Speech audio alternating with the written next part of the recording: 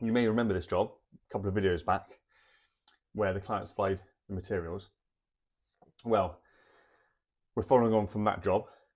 The National Grid came out and changed the cutout. The client wanted some additional work doing anyway, so we knew that the board, they needed the ACR, they needed the board upgrade before they could get on and do some of this additional work, which they wanted me to do some extra sockets, some extra lights, etc., etc. So that's why we went down the path of doing the EICR first and the board change anyway. It's got to be done regardless, and we'll just sort out all the issues as and when we found them. All the issues have been sorted apart from the R1 R2 on the lighting circuit, the lack of earth, and there are class 1 lights and switches, just lights I think, upstairs on the first floor, so we've got to find it. So that's what we're here to do today. So I've linked out the line and the CPC, as you can see here, separately, away from the MET with my QTech jump leads. I'm going to go around, just double check where I'm getting readings and where I'm not getting readings. 999 here. It's a 2-bedroom house, so there aren't that many lights. It is just one, and it looks like a flex, if I'm honest. In fact, yeah, it feels like a flex. It's just one cable, so I reckon there's a join in the loft. Nothing at that switch. Nothing at this switch either. And at this light in the back bedroom, it's a 2-core flex that's come down anyway, so I haven't got a read in there. I mean, you should have a CPC terminated at every accessory. However, this is a double insulated or class 2 pendant, so I wouldn't worry too much about it. And here at the hallway pendant, I've got 197 ohms. On this one, 0.36, 0.33. But if you look up here, again, I've got one twin and it actually looks like a 2.5 mil. So because I've got a really high reading at the hallway pendant, I've got reading at that switch, reading at that switch, reading in the lounge, I've got high reading here. My best guess, my sparky sense is saying to me that somewhere, because I've got a reading, that's the lounge pendant there, dodgy reading here, I might try and get up this board here. Very gently, Lawrence. See a single cable there, but it does go back that way. That wire just goes straight through the joist. My next course of action is the client really doesn't want me to get up too much flooring in this bedroom, so I'm gonna get up the carpet in the landing here, because quite commonly in older properties there'd be like a double brown junction box here, and all the wires would come to the junction box and they'd send one cable to each light and to each switch. So I'm going to carpet up here and see if that wire, for some wild reason, perhaps does go through and then comes along here. And then there's going to be 2 junction boxes here, and then this is where the problem is. I'm going to try that first before, like I said, the client really doesn't want me to make too much damage over there. It might be that I have to do that, but they're happy for me to get this up, so I might just get this up, have a scout around, see what I can see. See if I can look down the channels and see if I can see the joins, you know what I mean? Narrow the location down. Aha! Oh, we might be lucky. Check this out. Look at that. Look at that. That might be our culprit. I mean, might be. Might be in here right as well. Let's see if we've got our R1, R2 here. Nothing here. Yeah, definitely there. Nothing at that position there. Okay. And that position, that cable, that new cable goes into this one. Let's have a look behind here.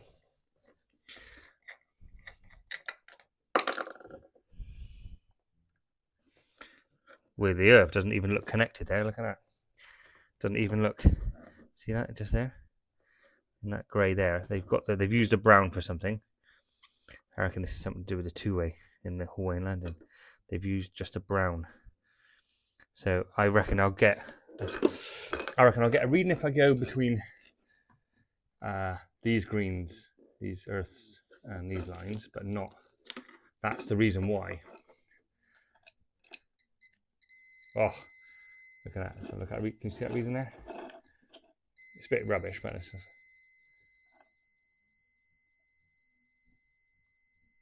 8.49. And the reason why we haven't got anything there is because that's not connected there, which is they've connected in there. I reckon this could be the culprit. I will strip and temporarily connect that onto there to see then if I get a reading everywhere else. And then if we do, we'll do something here by putting a couple of Wager boxes in and getting our earth reading and all the lights in upstairs. But yeah, classic. So you've got a mixture there of old school way of wiring. That is common, unfortunately, in old properties where they used to twist all the earths together behind the junction box. And then someone has obviously added, with brown and blue cabling, snipped it out there, connected it into here, and gone off here. And those things combined has caused the issue of having no R1, R2, nowhere for any of the lights upstairs. So let me get a bit of cable and prove it, and we'll go around and test the circuit. If it does, then we'll tidy it all up. Now we've got something. We've got 2.18 ohms, which is still high, and I think for the size of the circuit, I think it's loose connection, but we've got a reading now by temporarily connecting up those junction boxes. A reading of 2.17, so it's a very similar reading as to the other bedroom light switch. We've got a reading which was better than what we had before. We had nothing before. Let's get this sorted. It only kind of half repairs the fault, because I still haven't got a CPC. In fact, it's worse now. Downstairs on the hallway, I've got an open circuit now, so I think me wiggling this cable here has dislodged it even further. So we will have to get another board up. All right, let's see you in 10 minutes. Let's strip this board out. Let's strip these junction boxes out. My temporary wrapping a bit of CPC around just to prove a theory worked, but then re-stripping them and redressing them and re-terminating them all has brought it down even more. And I've got a reading at the light switch, I've got a reading at the light switch, I've got a reading at the pendant up there. Let's focus in, got a pendant up there. However, I still haven't got a reading at the hallway light switch. Sorry, the hallway pendant. So I have broken the bad news to the client. By looking down this channel here, there is something about here. So I'm going to cut this board, but I'm going to cut it just underneath the bed. I mean, they did inherit this floorboard, this flooring, so you know they're not too precious, but it'd be nice if they didn't have to replace it all. So I'm going to try and cut the board somewhere under the bed, and then lift this whole section up. And then hopefully this is exposed to JB. I think there's some loose connection, because I had a reading before, 290 ohms. I've wiggled it about a bit and now I've got nothing. So I think I've inadvertently, made it worse. Got here at 10 o'clock. It's now 11:25. So I spent an hour and a half so far. Almost figured it out. I've just got one more light to try and get our R1, R2 reading out. In this instance, because I had no reading, me testing around the circuit, with my low end resistance meter, it wouldn't have got me anywhere closer to the fault, because it's complete break. So there's no shorts, there's no fast track, there's no trick or tip you can actually do when you've got a complete, open circuit of R1 or 2, and everywhere's just got one cable at. Like the light switch and the pendants have all got one cable. There's nothing for me to break up, split down. It was merely like a sparky gut. The landing is a good place to start. I thought it was going to be at the hallway light. Obviously, there is an issue at hallway light, but the main culprit was the landing junction box, as you saw. But yeah, let me know how you fault find and what you would have done. Right, I carefully got up this board. There's something. I was hoping there was something going to be there. Oh, there is. Oh, there is. Now. So, something, the board must be nailed through the skirting or something like that, but I did hear something pop. Now, I reckon I've done something. Something's happened. Oh yeah. I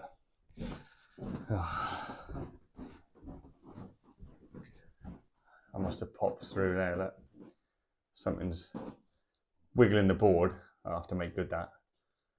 Oh well. Right. Anyway, I think I found the junction box. Come and have a look. Just need to get this board up. There, that's what I'm looking at. Have a look. There's obviously some kind of white junction box. This is our cable. This white one is our cable to the pendant. Right. So we did have a reading, and then we got a no reading. Let's have a look. Well, I mean, you can. Can you see that? You can already see that, can you? Look, we've got Earth's in the connector box here, Earth's in the connector box there, but nothing between the two. We've got a reading everywhere upstairs now. Just check the probes are all good. We'll probably have a reading at one of these, shall we? So let's go on the permanent live. Right, got a reading there, which that is what I would expect for such a small circuit. But at this circuit here, the one, so this is that white twin and F is the one that goes to the hallway pendant. I've got a reading there, 0.37. Not on the switch line. Hang on. Yeah, see that? So let's just check. That looks like neutral. That's switch line, and that's my mains. Oh yeah, it looks like someone's reversed. That looks like mains in. So we go down to the switch, come up through a switch live. Well, I wonder if that's, oh, that's loose as well. There. That's loose. That's our switch line.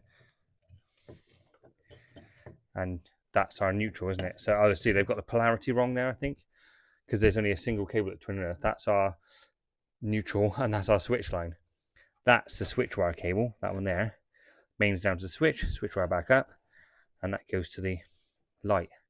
That's why I'm getting a reading on between here, this connector here, the what looks like a neutral, but I think it's switch line, and here. Woo-hoo. Got a reading there, but we don't have. I see me testing. I would have gone from here and there, wouldn't I?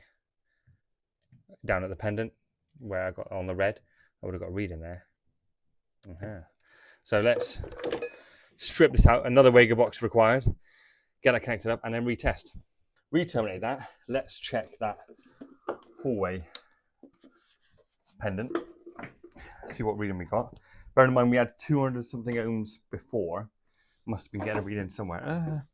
And then I got nothing after wiggling around the cable. That's much better. I'm happy with that. Now we have an R1, R2. Let's just double check upstairs, although we've got it. But me re-stripping and Wagoing up those conductors might have even made the reading even better, you know. So let's just check these as well. It's a little bit better, 121. Should get a reading. Perfect. So now with the cover back on, lighting circuit has now been reintroduced, and now we have a good R1 R2 reading here. I put filler in that hole there, just a bit of easy fill 20. You wouldn't even tell that we've been here. You wouldn't even tell that we've been here. Admittedly, looks no different to the client, but it's a hell of a lot safer and compliant. I'm going to use trade cert. I'm going to add the board. You come and have a look. You see AI import. I'm going to take a photo of the distribution board. Now I've done I've done an EICR, but I will also issue an electrical installation certificate as well.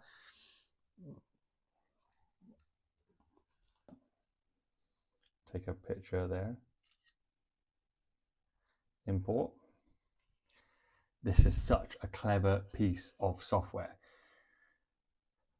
If you use the code Bristol Sparky X, you can try this for free for a couple of months.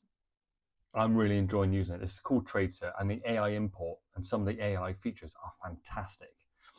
Look at this. It's picked it up. Lights, upstairs sockets, utility sockets, cooker, the spares, lounge and dining sockets, kitchen sockets. And it's picked up, obviously it's used AI technology to assume, you know, lights are 1.5, sockets are 2.5, the cooker's 6 mil, which it is correct in this instance. Sometimes you do need to change it. You still need to cast the wire across the certificate. It's got the right max disconnect Registration time, it's got the 61009, B, and the ratings of them, the braking capacity.